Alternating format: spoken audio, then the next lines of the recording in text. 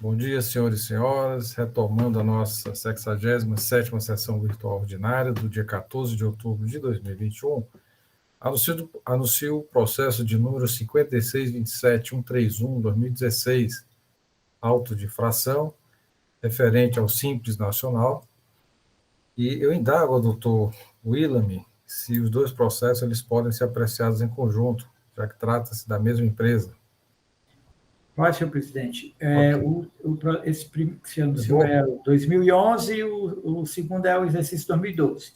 Ok, então vou anunciar o processo 56.27132/2016, o auto de infração terminação 161, 220161, e o primeiro 2201.600. Recorrente, aqui no caso, há um equívoco na pauta. Quem recorre é a Célula Julgamento de Primeira Instância, e o recorrido é Luma Comércio de Variedades Limitada, microempresa. O julgador singular e a assessoria processual tributária sugerem adesão à primeira instância e nulidade, e a assessoria processual tributária sugerindo a nulidade do feito fiscal. Passo a palavra ao doutor Willam Falcão para relato dos processos anunciados. Obrigado, senhor presidente. Estou aqui com um espaço pequeno para mexer, que eu vou mexer em papel para tentar dizer o que é que tem no auto de infração. Mas primeiro eu vou aqui no sistema. O auto de infração é do Simples Nacional. Logo na página 2, a gente vê, né? Espera-se um auto de infração, daqueles que nós estamos acostumados, mas não é assim.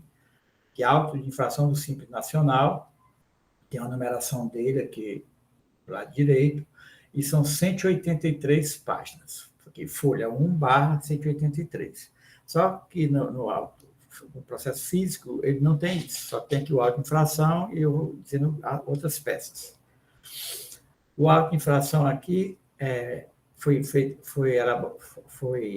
lançado lá no Núcleo Setorial Têxtil, o mandado de ação fiscal, número 2015-12607, e tem sujeito passivo, Luma Comércio de Variedade Limitada, e o CNPJ da matriz, daqui o CNPJ, né?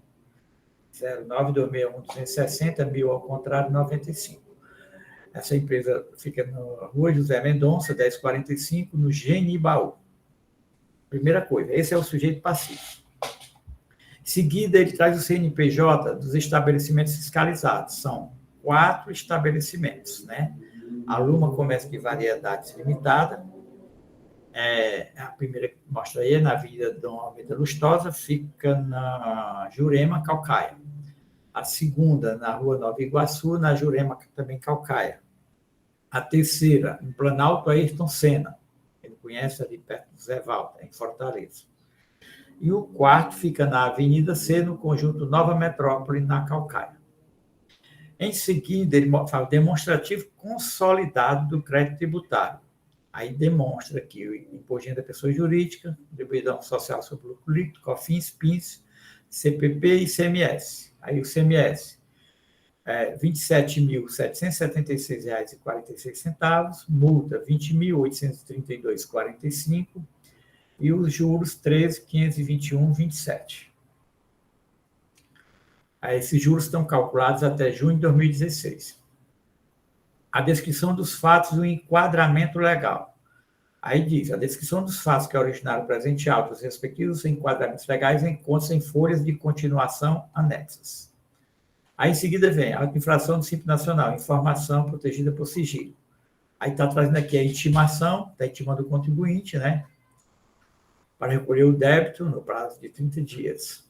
Então, a redução de base de cálculo, dá toda a informação. E o endereço, na Alberto Nepomuceno, né? 02, Centro, Fortaleza. E os fiscais, responsáveis pelo trabalho, as agentes fiscais. Em seguida, ele traz o termo de ciência de lançamento e encerramento. Aqui no termo, ele coloca o mandado de ação fiscal novamente. A empresa, o CNPJ, que é a matriz, né? Sujeito passivo. Esse aqui ele não coloca mais as empresas fiscalizadas, é só no auto, a empresa autuada, e repete os mesmos valores apresentados lá no auto de infração. E, no final, tem a ciência do contribuinte, que é a data da ciência, é pessoal a ciência. Junto o mandado de ação fiscal, é aí que vem, ó. Mandado de ação fiscal 2015, 12607, expedido em 14 de agosto de 2015, para o CGF 0635647742, né, que diz o CGF, que é justamente da empresa matriz, que é a empresa matriz, CGF.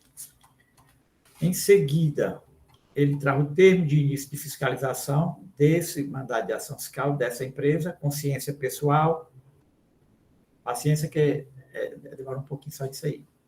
Depois, anexa ao termo de início de fiscalização, traz um anexo. No anexo, ele pede livro caixa, livro de inventário, pede a documentação do contribuinte. E teve o recebimento pelo Márcio Viana Colares Lima, responsável pela empresa, em 14 de janeiro. Em seguida, senhores, ele faz a juntada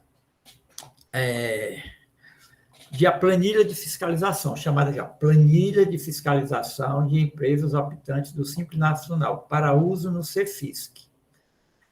Eu conversei com as pessoas, né, que têm mais, já trabalharam com isso aí, ao determinado treinamento, é a planilha que usa, vamos dizer assim, como se fosse um monitoramento, tá certo? Precisa sobre ação fiscal, mas primeiro ele faz essa planilha.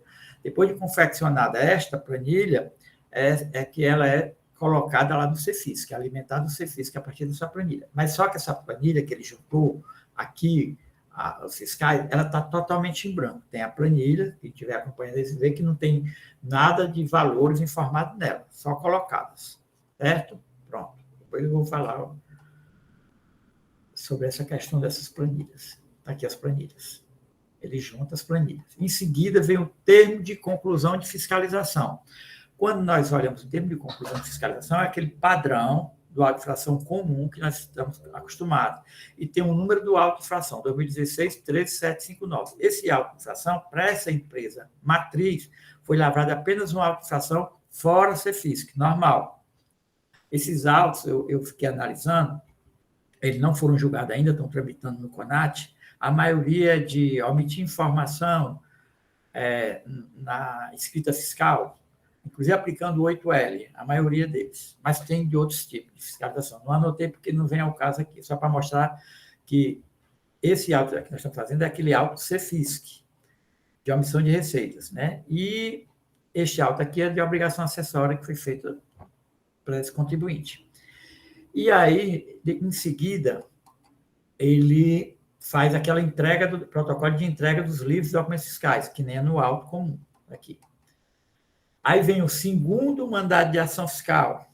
Pronto, vem o segundo mandado de ação fiscal, que é para aquelas 4 empresas, né? Para cada empresa daquelas, eu não vou dizer uma a uma, ele lavrou o mandado de ação fiscal, tá aqui no auto físico, e os senhores que estiverem acompanhando aí no processo no WebDrive irão ver. Aí lavra o termo de início de fiscalização, todos na mesma data, 14 de janeiro de 2006, consciência pessoal, onde pede documentos aqui o contribuinte, faz um anexo, pedindo outros documentos, o contribuinte assina, coloca aquela mesma planilha de fiscalização, que eu falei lá, está aqui repetida, ele coloca aqui, da página 18, 19, 21, 5 folhas, com essas planilhas, 5 páginas. Isso se repete para todos os autos de infração. Todos os atos de infração estão aí. Pronto. Agora, isso daí, a documentação do processo. Em seguida, vocês vão ver, está bem lá na frente, junto, a partir da página 50, os fiscais juntaram extratos dos Simples Nacionais, do Simples Nacional, na página 50. Aí traz esses extratos aqui. Pronto, página 50. Aqui. Aí, então, começa a juntar. Ó. Mês de janeiro de 2011, nós estamos assistindo o extrato do Simples Nacional, que ele retirou, onde mostra que PIS, INSS, valor de COFINS, tem uns valores aqui, ICMS, tirou janeiro fevereiro, e aí foi. Ele tirou janeiro de 2011, fevereiro, março, abril, maio, junho, o ano inteiro. Só que lá no finalzinho ele confundiu. Tirou a primeira página de novembro de 2011 e o restante foi de dezembro, depois repetiu. Não tirou as páginas completas de 2011, mas está colocado aqui nos autos. Só relatando o que tem nos autos. Em seguida, junta um CD aqui nos autos. Consta um CD nos autos. O contribuinte foi intimado, né? Já falei, e ele entrou com a defesa. A defesa são 2 folhas, é uma folha praticamente. Eu vou ler rapidinho o que é que o contribuinte diz na defesa. Em análise ao auto de infração, citando do auto, constatamos que a autoridade fiscal utilizou o CFOP de transferência como base de cálculo para cálculo de imposto na planilha de omissão de receitas.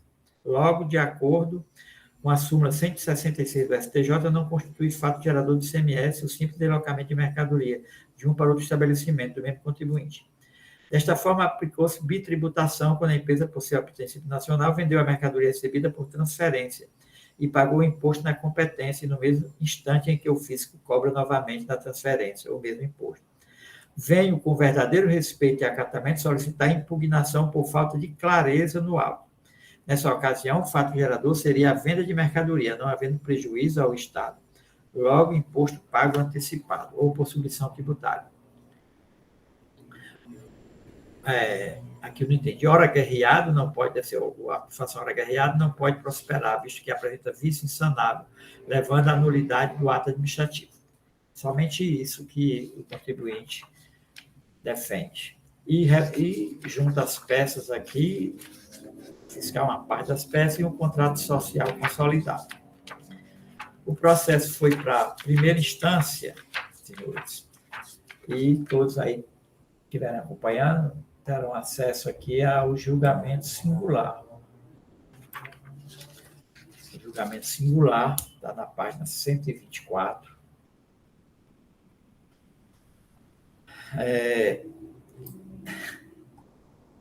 Eu creio que os senhores nunca viram, porque eu sou mais velho e vi pela primeira vez uma infração cuja ementa seja quase uma página e pouco do processo, de tão complexo. Mas eu vou ler só alguma coisa. Ementa. A de infração, Simples Nacional, sim, via CEFISC, resultado da apreciação em primeira instância, lançamento fiscal e e-mail eletrônico de omissão de receitas, diferença de base de cálculo e insuficiência de recolhimento sobre o regime do Simples Nacional para os fatos geradores de 2011, cujo inventário final foi transmitido e incorporado na base de dados da DIEF a posteriori da abertura da ação fiscal fundante, referida simultânea e conjuntamente ao estabelecimento acima qualificado e às suas 4 filiais, situadas nesta capital e também no município de Calcaia, Ceará. Formulado com suporte das N, declaração do Simples Nacional, e apurado no bojo da ação filha, em tela, que desconheceu a recomposição da receita bruta acumulada.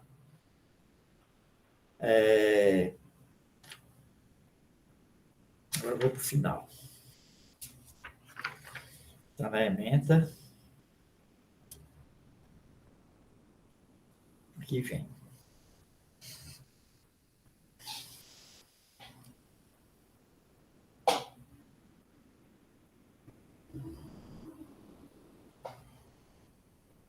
Um instante.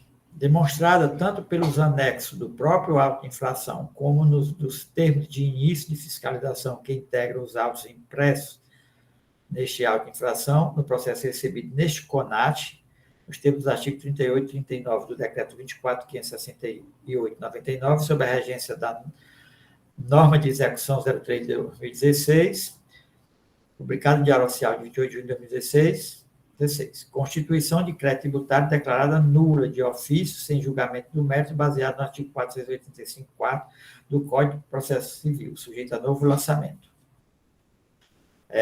A sincronia cadastral da localização física do estabelecimento de matrícula, CGF, em relação ao CNPJ e a JUSEC, que desprestigia o compartilhamento de cadastro de informações fiscais pelas administrações tributárias. questionamento total e tempestivo do crédito lançado, formalizado em meio impresso nos autos de infração. Reexame necessário. Senhores, eu espero que tenham entendido. Sendo gravado, não posso dizer que eu não entendi, né? Concluindo, na busca da justiça fiscal, que leva à pacificação social do meio da efetiva distribuição da justiça fiscal, sem querer sufocar os direitos que deixar de infração estão confrontados, este julgador declara nulo, sem julgamento de mérito, o presente lançamento tributário. Aí coloca os mesmos artigos lá. Em vista da preterição da suspensão da espontaneidade, prevista no artigo 138, parágrafo 1 do CTN, que trouxe impedimento à fiscalização para a prática do ato. E recorreu de ofício. O contribuinte, aliás, aí veio o parecer, 02/2020, né? Aí o parecer é bastante longo, os senhores poderão ver aí, mas eu marquei algumas coisas aqui para dizer.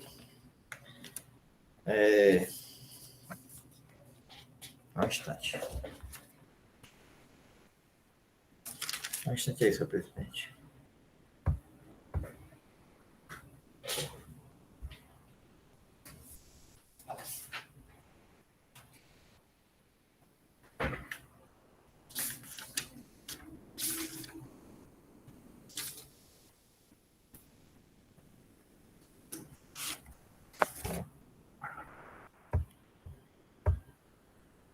Pronto.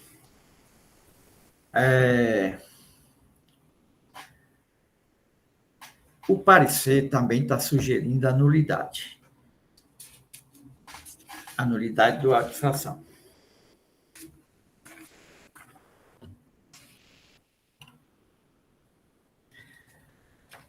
Conclui assim. Em síntese, foram identificadas inconsistências no levantamento fiscal.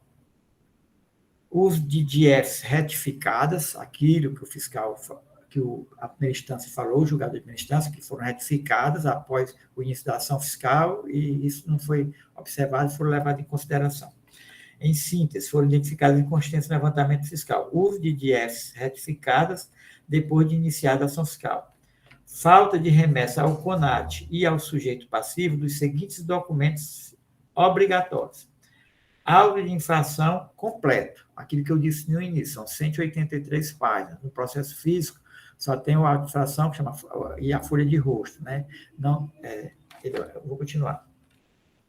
Completo, relatório fiscal e relatório resumo das operações com cartões de crédito e cartões de débito, obtido da CELAB ou das administradoras de cartões de crédito.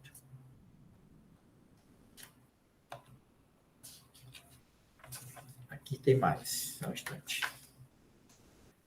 Voltando. O CD-ROM, anexo à folha 149, que eu falei que tem um CD-ROM, consta duas pastas, Auto CFISC 2012 e documentos anexados à Auto de Infração CFISC 2012. Esta última contém 4 arquivos em PDF e 5 planilhas de fiscalização, uma para cada estabelecimento da autuada. Entretanto, nenhum deles mostra a origem dos valores apurados de cada infração. Parece que está dizendo que tem a planilha, mas não tem a origem. Como eu disse lá no final, eu conversei com a parecerista e conversei também com o Nonato, que é o suplente da conselheira Helena, que é o Papa do Simples Nacional, e ele falou assim, o trabalho que é feito como fosse anteriormente, aquelas planilhas que estão em branco, né, tem que fazer para depois alimentar o sistema. Se está dizendo que deixou omissão de receitas porque vendeu com cartão de crédito e não declarou, aquelas provas têm que ser paralelas, têm que estar paralelas, guardadas. E é isso que a parecer está dizendo, que essas provas não estão nos autos. Realmente, como eu estou acostumado, no processo normal, a gente verificar, aqui foi declarado pelo contribuinte, né, esse valor, mas a operadora de cartão de crédito está dizendo que repassou esse valor, mas não tem esses documentos aqui no processo. Então, voltando aqui. Também que a falta do relatório fiscal ou a informação complementar prejudica a análise do processo, principalmente porque o auto de infração lavado CFISC é complexo e não é função de julgador singular ou órgão colegiado identificar qual a origem dos valores lançados, métodos utilizados e quais os elementos de prova da acusação. Todas as informações devem ser expostas de forma clara e precisa no processo pelo agente fiscal, de modo a possibilitar o exercício da ampla defesa do autuado e o julgamento do lançamento.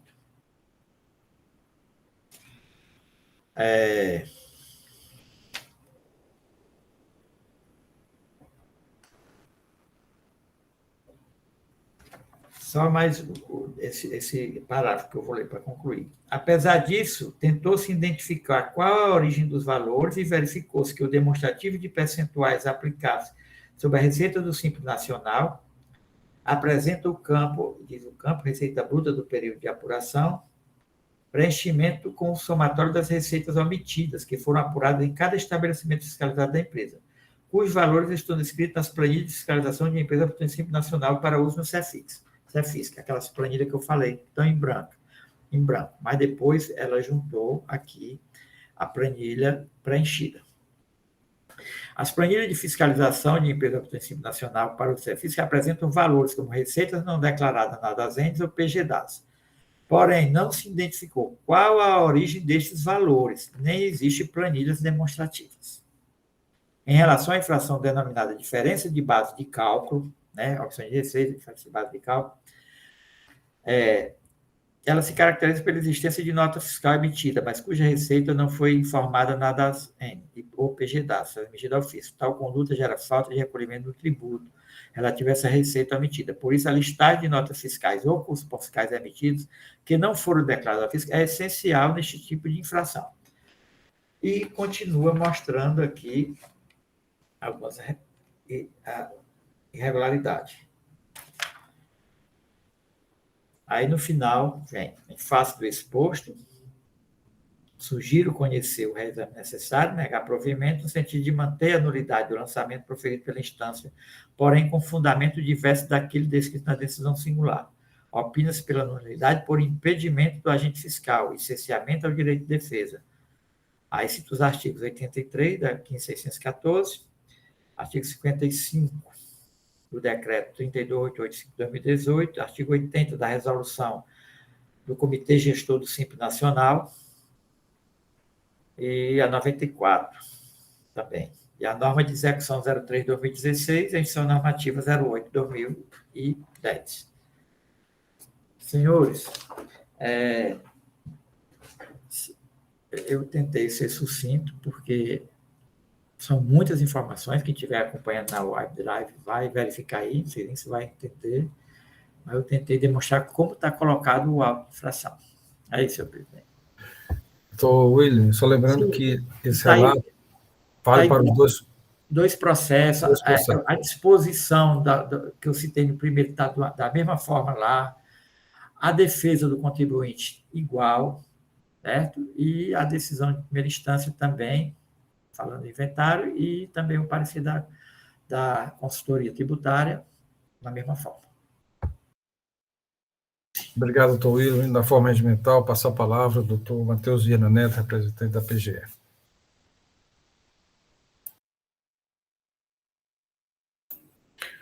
Muito bem, senhor presidente. Depois dessa exposição do doutor William, acho que todo mundo está muito a par da fiscalização que foi desenvolvida, identificando as receitas omitidas, etc, etc, etc. É interessante, o doutor William foi até irônico desde o início, logo no início, quando disse que o Simples Nacional parece muito mais outra coisa, menos Simples Nacional, essa fiscalização. Vejamos, senhor presidente e senhores conselheiros, as planilhas que foram apresentadas pelo agente fiscal na autuação, ela identifica a omissão de receita, porque qual o objeto da ação fiscal, no presente caso? É verificar se as operações que foram declaradas pelo contribuinte correspondem efetivamente àquelas realizadas, é isso.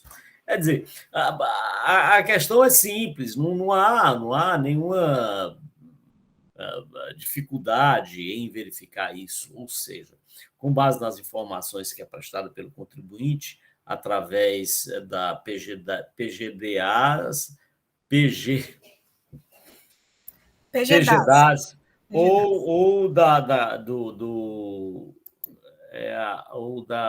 DAS-N. DAS-N, isso, que é a declaração anual. Então, através desses elementos, a empresa do Simples Nacional presta as informações ao fisco que servirão de base para a autuação. Aliás, de base para a autuação, não, servirão de base para a fiscalização. Então, o que é que a fiscalização tem que fazer? De posse desses elementos, vai fazer o comparativo do que foi efetivamente realizado pela empresa. Se aquelas informações que foram prestadas através daqueles elementos correspondem às suas movimentações. É isso. Em síntese, é isso. Ocorre que, como é muito característico em determinados procedimentos que são utilizados, principalmente pela Receita Federal, e a origem desses elementos é da restrição da Receita Federal, eles tornam uma fiscalização que poderia ser simples, uma fiscalização absolutamente complexa. Daí a dificuldade do Dr. William em analisar cada uma dessas planilhas e chegar à conclusão de que efetivamente teria ocorrido aqueles elementos que resultaram no auto de infração, em 4 autos de infrações. Primeiro, a relação entre a ação fiscal pai e mãe, ou a ação fiscal filha, né, em que uma resulta da outra. Para você poder analisar uma, tem que analisar a outra. E há uma determinação, a instrução normativa, que estabelece os procedimentos a serem utilizados pelo agente fiscal para identificar a omissão de receita. Mas, afinal, aconteceu ou não a omissão de receita apontada? Antes de ultrapassar essa parte, o necessário que se diga é que alguns elementos nessa ação fiscal deixaram de ser considerados pelo agente fiscal. Quando o agente fiscal, antes de iniciar a mesma ação fiscal, fica suspensa a espontaneidade, não tem espontaneidade. E aquelas operações, as retificações que foram realizadas pelo contribuinte na PGDAs e nas DASN, não foram consideradas. Isso é um ponto. Né? E razão pela qual, aliás, o julgador de primeira instância entendeu que o caso aí seria de nulidade, né? Essa suspensão. Mas me parece que, além da nulidade da questão da suspensão do direito à espontaneidade, há que se considerar um elemento fundamental, é que na recomposição que o agente fiscal tem que fazer para chegar à conclusão de que houve a infração apontada, o agente fiscal tem que fazer a recomposição de receita com os comparativos. As planilhas que foram juntadas até que indicam isso, né? Indicam essa recomposição de receita que teria sido feita. Mas indicam de forma tão, eu diria, tão difícil, não é nem difícil, é que não eu tive analisando o processo de cabo a rabo, como o Dr. William, esses que estão aqui na planilha, e a gente vê que a gente não chega a uma conclusão efetiva nesse processo. Não há como chegar a conclusão efetiva, daí a dificuldade tanto do julgador singular, quando você pega o julgamento singular, a dificuldade que ele tem em se manifestar a respeito, e até mesmo também do parecerista da consultoria, quando se manifesta a respeito, tem dificuldade em chegar a uma conclusão qualquer em relação a esses autos de infração. Ele não consegue chegar a uma conclusão, e aí a conclusão que acaba resultando é em que, na nulidade, considerar que houve a nulidade por cesseamento de direito de defesa, ou a nulidade porque não foi feita a recomposição, mas o fato é que não há elementos capazes de fazer com que nós possamos afirmar com convicção e com certeza que teria ocorrido a infração apontada. Não há elementos, eu tentei, desde o início, senhor presidente, do processo, analisei todas as peças, fui até o último, página por página, não é brincadeira, não, fiz isso mesmo, tentando chegar a uma conclusão afinal, que a infração efetivamente ocorreu, que foi identificada, que ficou caracterizada, e eu não consegui chegar a essa conclusão, de forma nenhuma. Então, por tais razões, senhor presidente, é que eu acho que o caso, sim, é de nulidade da ação fiscal, quer seja por suspensão ao direito à espontaneidade, que não se pode suspender o direito à espontaneidade, o direito à espontaneidade, ele é suspenso quando se inicia a ação fiscal. E, finalmente, também por falta de elementos que configurem efetivamente a infração apontada. Lembro muito bem que, em determinadas situações em que a fiscalização pelas empresas do Simples Nacional foi feita pelos nossos auditores, não utilizando essa metodologia agora apontada, mas uma fiscalização simples, sem dificuldade. Identificou as omissões. Verificava lá, a empresa teve um faturamento de X, mas apresentou um faturamento de X menos 1. É isso que precisa ficar configurado. Né? É isso que precisa ficar demonstrado, que ela faturou X, mas declarou só menos X, ou declarou menos do que efetivamente faturou. Ou outra conduta de descumprimento de obrigação tributária acessória, ou falta de recolhimento, ela declarou X, mas não recolheu todo X que foi declarado. Você pega, analisa esse auto de infração e não consegue chegar a uma conclusão. Essa é a razão pela qual, sem maiores delongas, senhor presidente, a Procuradoria entende que o caso é de nulidade da ação fiscal. Quer seja por violação, aliás, de forma genérica, por violação ao princípio da ampla defesa e ao contraditório. É isso. Obrigado, doutor Matheus. Processo em discussão, senhores. Doutora Helena, com a palavra. Senhor presidente, ao contrário do doutor Matheus, eu realmente não tive condições de analisar bem detalhadamente essas planilhas. Então, assim, eu não me sinto segura para tomar uma decisão aqui sobre uma nulidade que eu ainda não consegui realmente vislumbrar todos os elementos necessários para formar o meu convencimento. Então, eu queria pedir vistas desses dois processos. É um processo com uma metodologia diferenciada, análise do Simples Nacional, as ferramentas utilizadas também não são ferramentas de fácil visibilidade, então eu preciso analisar de uma forma mais detalhada antes de realmente entender pela nulidade ou pela procedência ou improcedência da autuação. Muito bem, doutor. Isso é concedido, doutora Helena. Traga-nos esclarecimentos. Sim, já os processos vão constar já no próximo mês, até que há um pedido, né, da própria presidência para que esses processos do Simples possam uma prioridade, né, até porque tem um prazo também junto à Receita Federal, vista concedida. Assuntos gerais, senhores, algum assunto a ser tratado? Eu queria, antes de encerrar, lembrar da nossa sessão de amanhã, em que teremos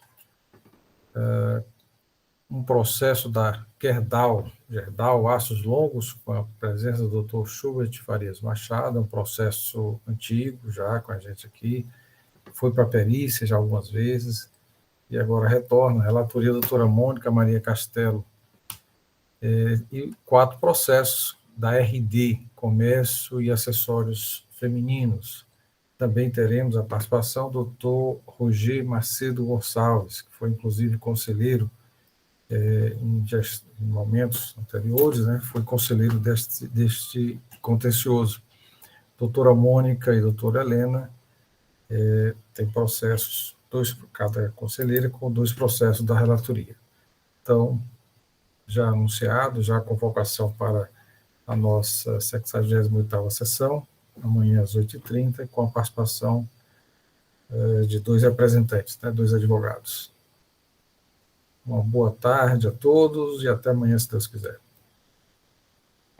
Tchau, gente. Boa tarde. Amanhã. Bom dia. Tchau, pessoal. Tchau. Bom dia. Felicidade. Um abraço. Todo mundo. Fortaleza ontem, hein? Jogão. Horrível. Vamos ganhar hoje, presidente, se Deus quiser, doutor Matheus. Vamos ganhar Hein? hoje, se Deus... Vamos ganhar hoje, se Deus quiser. Viu? Era para ter sido o placar mais elástico, né? Tá faltando atacante. Mas foi bom para o Ceará, viu? Porque o Grêmio tem que. Nós estamos torcendo agora que Fortaleza ganhe contra os times que estão abaixo da gente, né? Para que não encoste na gente. Dá um refresco. O Santos ensaiou ontem, né? Mas não segurou. Graças a Deus perdeu, viu?